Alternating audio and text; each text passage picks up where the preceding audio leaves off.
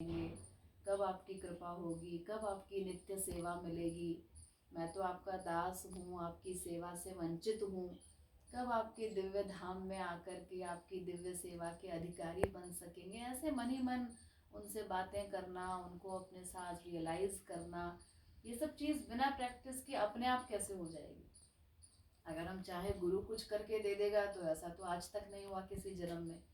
महाराज जी कहते हैं ना, अगर गुरु के हाथ में ही होता, भगवान के हाथ में होता, तो वो सबको एक आशीर्वाद दे के अपने संकल्प से सबको गोलोक ले जाते ना।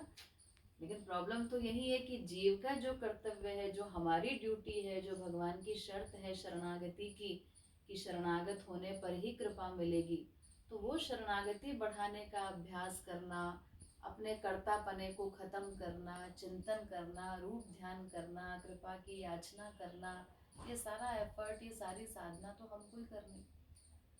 उसके लिए अलग से भी समय निकालने की जरूरत नहीं है। अलग से जो एकांत साधना का समय मिलता है थोड़ा बहुत, वो अलग है। वो हर व्यक्ति की अलग कैपेसिटी है उस समय को निकालने की, हर व्यक्ति की अलग परिस्थितियां हैं। तो वो आपको 1 घंटा आधा घंटा जो अलग से मिलेगा एकांत साधना का, तो उसमें तो एकांत साधना का अभ्यास करना ही है। क्योंकि दूसरी जगह पे तो फिर डिस्टर्बेंस आ जाते हैं ना, बाधा होती है, तो मन को लगाने में थोड़ी दुविधा होती है, परेशानी होती है, क्योंकि मन हमारा ऑलरेडी चंचल है। फिर अभी इतनी पक्की अवस्था नहीं है हमारी कि दुकान पे बैठे बैठे बस चिंतन शुरू कर दें। तो वो अवस्था कैसे आएगी, उसके लिए पहले एकांत साधना बताई जाती है कि सवेरे या शाम जब भी घर पे बैठे हो, उठ करके 1 घंटा आधा घंटा कुछ तो समय निकालो। कीर्तन चला लिया, महाराज जी का अपने पद चल रहा है, पद का जैसा जैसा भाव है हरि गुरु को सामने बिठा करके उस भाव के अनुसार उनकी लीलाओं का चिंतन करो, उनसे कृपा की याचना करो। अपने अपराधों को रियलाइज करके, स्वयं को दीनहीन अधम पतित रियलाइज करके उनके आगे आंसू बहा के कृपा याचना करो। ये एकांत साधना हो गई। लेकिन एकांत साधना हर समय तो कोई नहीं कर सकता, उसको काम धाम पे भी जाना है, तमाम काम करने हैं। बाकी पूरे टाइम में फिर कर्मयोग की साधना महाराज जी ने बताई है। कर्मयोग मतलब काम करते हुए मन उनमें रहे। तो धीरे धीरे वो भी प्रैक्टिस से हो जाएगा कि हम अपना काम भी कर रहे हैं और हर समय ये फीलिंग भी है कि हाँ वो मेरे साथ ही बैठे, मैं अकेला नहीं। आप शॉप पे हैं, उनको शॉप पे कहीं बिठा दीजिए कि वो मेरे साथ ही हैं, दिन भर मुझे देख रहे हैं, उनकी निगाह है मुझ पर, वो मुझे नोट कर रहे हैं कि मैं क्या सोच रहा हूँ, मेरा चिंतन कहीं गलत तो नहीं हो रहा है, मैं किसी के बारे में पाप की बात तो नहीं सोच रहा हूँ। हर सेकंड फिर व्यक्ति सावधान हो जाता है।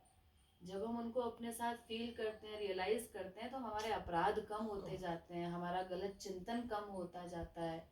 तब धीरे धीरे व्यक्ति की प्रोग्रेस होती है। अभी इतनी कमजोर अवस्था है हमारी, और हम चाहें कि बिना कुछ किए अपने आप हो जाएगा बिना प्रैक्टिस के, तो बिना प्रैक्टिस के तो संसार का ही कोई काम नहीं होता। संसार में भी महाराज जी कहते हैं जब से बच्चा पैदा हुआ तब से बड़े होने तक वो हर काम प्रैक्टिस से ही तो सीखा है। चाहे वो करवट लेना सीखा हो, चाहे बैठना सीखा हो, चाहे चलना, फिर एक एक चीज, खाना बनाना, साइकिल चलाना, पढ़ना, क ख ग, सब कुछ तो हमने 1000 बार प्रयत्न करने के बाद एक एक चीज सीखी है। वरना बच्चा बेचारा क्या समझता है। लेकिन ईश्वरीय क्षेत्र में हम सोचते हैं कि बिना कुछ किए अपने आप हो जाएगा, या कृपा होगी जब तब हो जाएगा। ऐसी चीजें सोचना गलत है। हम अपनी कमियों को रीड नहीं कर पाते कि हम तो कोई एफर्ट कर ही नहीं रहे हैं। उनकी कृपा अवश्य है, उनकी निगाह है हम पर, तभी तो उन्होंने हमें हाथ पकड़ करके अपनी ओर खींचा है, अपनी ओर चलाया है, वो मिले हैं हमको, और उन्होंने सारा ज्ञान परोस दिया है, सब कुछ दे दिया है। लेकिन अब उसके बाद करने की बारी तो हमारी है ना। उन्होंने तो अपनी ड्यूटी पूरी कर दी, वो तो अनंत जन्मों से कर रहे हैं। कृपा कर करके वो कितनी कृपा करेंगे, उनकी तो अनंत कृपाएं हैं, उसका तो कोई और छोर नहीं है। लेकिन जब तक हमारे अपराधों पर ब्रेक नहीं लगेगी, हम सावधान नहीं होंगे, हम एक एक क्षण को साधना में नहीं लगाएंगे, तब तक लक्ष्य तो प्राप्त नहीं हो सकता।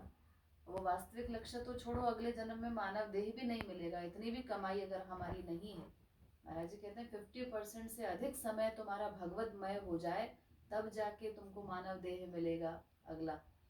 तो उतनी कमाई तो कम से कम करें, ताकि फिर हमें अगला देह मिले तो हम वहां से अपनी कमाई को और आगे बढ़ाएं। उतनी कमाई तो कर लें। और अगर हम लापरवाह होके बैठे रहेंगे और दिन रात महीने वर्ष यूं ही बीते जा रहे हैं, अपने आप को रीड भी करना चाहिए कि हमारी प्रोग्रेस क्या हो रही है। हम कहते तो हैं कि हम महाराज जी के हैं, हमें गुरु भी मिल गए, हम आश्रम में भी जाते हैं, लेकिन अंदर से हमारी हालत क्या है? क्या हमारे विचार सात्विक होते जा रहे हैं, भगवानमय होते जा रहे हैं? कोई सुधार हो रहा है हमारे अंदर? पहले कोई एक शब्द कह देता था तो घंटों फीलिंग होती थी, अब क्या वो फीलिंग कम हो रही है हमारी? क्या हम महाराज जी के तत्व ज्ञान के अकॉर्डिंग उन बातों को काटते हैं जो हमें नहीं अपने अंदर लानी है? तो उन सब चीज़ों को रीड नहीं करेंगे, तो खुद को एनालिसिस नहीं करेंगे, तो कुछ पता ही नहीं चलेगा आगे भी बढ़ रहे हैं कि नहीं।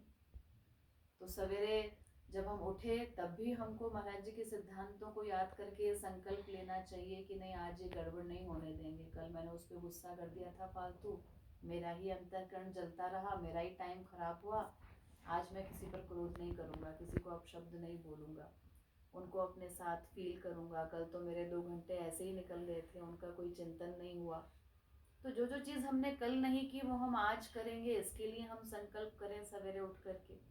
उसके बाद फिर रात को सोते समय फिर हम फील करें, फिर सोचें कि हमने किया क्या, आज का दिन कैसा बीता, कहाँ कहाँ गड़बड़ की, जो मैंने सवेरे सोचा था वो मैंने किया या नहीं किया।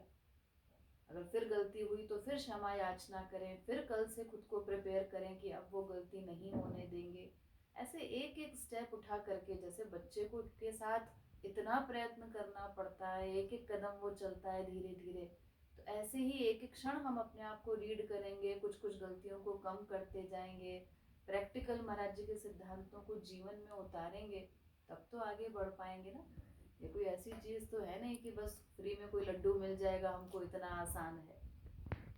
भक्ति मार्ग है बहुत आसान, लेकिन हमारी जो आसक्ति है अनंत जन्मों के संसार में, हमारी जो कमियां हैं, हमारा मन इतना चंचल है, उनको काटने में बहुत समय लगता है ना। लेकिन समय भी तब लगेगा जब आगे बढ़ने की कोशिश तो करें, धीरे धीरे एक एक कदम बढ़ाएं तो सही। हर क्षण महाराज जी कहते हैं मृत्यु का चिंतन करो, किसी भी क्षण मृत्यु आ जाएगी।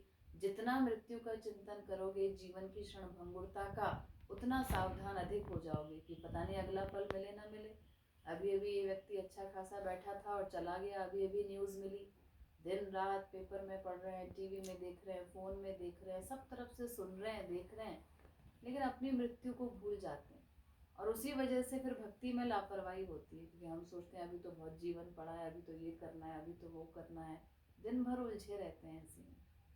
तो अपनी सारी चिंताएं सब कुछ उनके चरणों में सौंप करके हमें केवल कर्तव्य पालन करना है, स्वयं को कर्ता नहीं मानना है।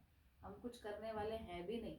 मनुष्य सोचता है कल मैं ऐसा कर दूंगा, परसों वैसा कर दूंगा, और भगवान कहते हैं मैं तुम्हारा कल होने ही नहीं दूंगा। कुछ पता है क्या अगले क्षण का? प्लानिंग हम इतनी लंबी चौड़ी करते हैं, लेकिन हमारे हाथ में है क्या? आज शरीर ठीक है, अभी अभी एक्सीडेंट हो जाए, जिंदगी भर के लिए बेड पे आ जाए, क्या कर लेंगे हम?